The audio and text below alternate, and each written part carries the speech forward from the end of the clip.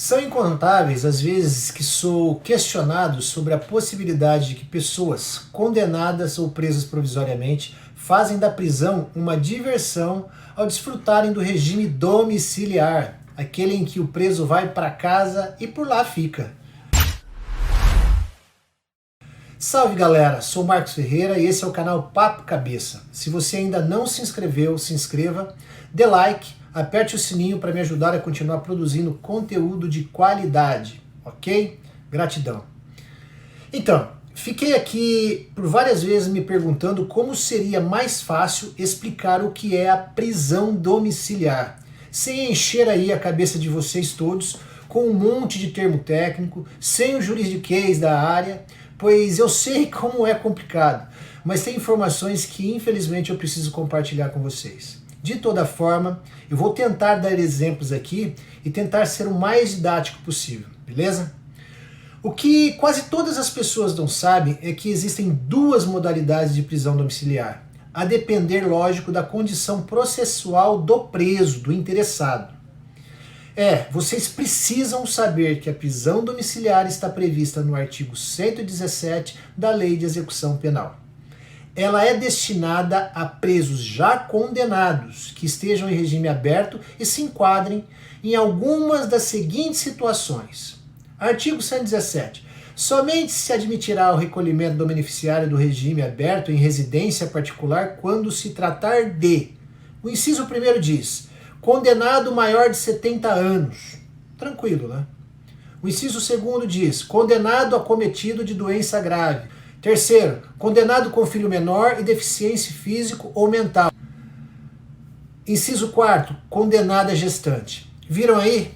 Pois bem, embora o artigo de lei seja claro, existem acirradas discussões sobre a possibilidade que presos definitivamente condenados possam ser recolhidos em regime domiciliar também, quando não houver vaga disponível em estabelecimento prisional próprio. E aí? Às vezes, galera, em razão da superlotação dos presídios, o Estado não dispõe de acomodação adequada para os anjinhos, entenderam? Mas a partir de 2011, o Código de Processo Penal foi alterado e passou a permitir que presos provisórios pudessem ser recolhidos em regime domiciliar nas seguintes hipóteses. Aí isso está no artigo 317. A prisão domiciliar consiste no recolhimento do indiciado ou acusado em sua residência, só podendo dela ausentar-se com autorização judicial. Já o artigo 318 diz: poderá o juiz substituir a pena privativa, prisão privativa pelo domiciliar quando o agente for: inciso 1º, maior de 80 anos. Inciso 2º, extremamente debilitado por motivo de doença grave. Vocês têm vários exemplos aí. Inciso 3º, imprescindível aos cuidados especiais de pessoa menor de 6 anos de idade ou com deficiência. Inciso 4º, gestante, as grávidas. Inciso 5º, mulher com filho de até 12 anos de idade incompletos. Inciso 6º, homem, caso seja o único responsável pelos cuidados do filho de até 12 anos de idade incompletos. Essas são algumas características. Mas é importante dizer que para gozar desse benefício, qualquer um tem a necessidade de provar categoricamente a condição em que ele se encaixa. Percebe-se pela leitura de ambas as legislações que a possibilidade de recolhimento de presos em regime domiciliar é bem mais ampla quando a justiça trata de presos provisórios, aqueles que ainda não foram julgados e não tiveram a prisão convertida em preventiva, pois depois de condenados, a concessão desse benefício torna-se menos usual, mas ainda é possível. Na contramão dessa legislação benevolente, digamos assim, tivemos uma nova alteração legislativa, agora em 2018, que criou o artigo 318-A do CPP, para reduzir as possibilidades de que mulheres mães ou gestantes pudessem se beneficiar do recolhimento domiciliar nos seguintes termos: a prisão preventiva imposta à mulher gestante ou que for mãe ou responsável por crianças ou pessoas com deficiência será substituída por prisão domiciliar desde que, inciso 1º, não tenha cometido crime com violência ou grave ameaça à pessoa. Justíssimo. Segundo, não tenha cometido o crime contra seu filho ou dependente. Lógico. Eis aí, galera, uma correção significativa da lei. Isso era importantíssimo. Enfim, o último levantamento feito pelo Conselho Nacional de Justiça, o CNJ, mostra que cerca de 150 mil presos cumprem prisão domiciliar no Brasil. É a mesma coisa que 1 a cada 5 presos. Essa demanda aumentou demais após a prisão dos políticos e algumas figuras marcantes que ganharam manchete aí na imprensa nos últimos anos.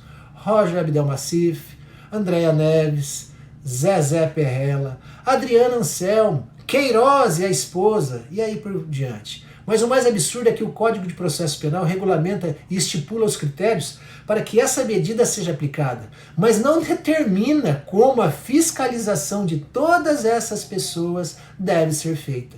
É um absurdo. A prisão domiciliar pode até ser uma privação de liberdade, mas nem de longe exerce o papel de reeducar. Muitos ficam no aconchego do seu lar, casas suntuosas, compradas aí com dinheiro roubado, e vivem como se nada tivesse acontecido. Isso é um absurdo. Há juízes que impõem até algumas restrições, galera, mas a maioria não está nem aí. Mesmo porque garantir que essas determinações sejam cumpridas é uma outra história. É a mesma história do celular da prisão, regra que ninguém cumpre ou fiscaliza.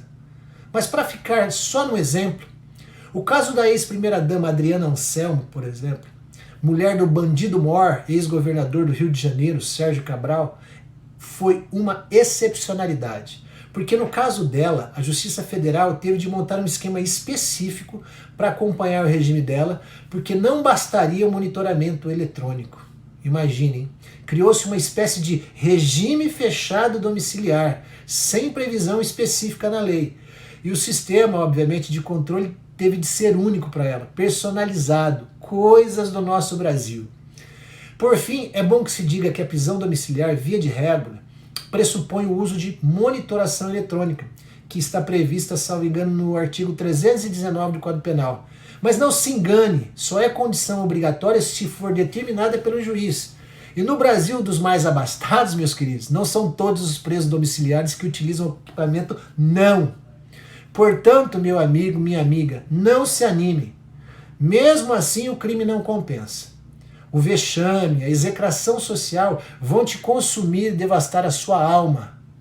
Quem faz o ser humano feliz não é o dinheiro, é a retidão e a honestidade. Portanto, reflitam.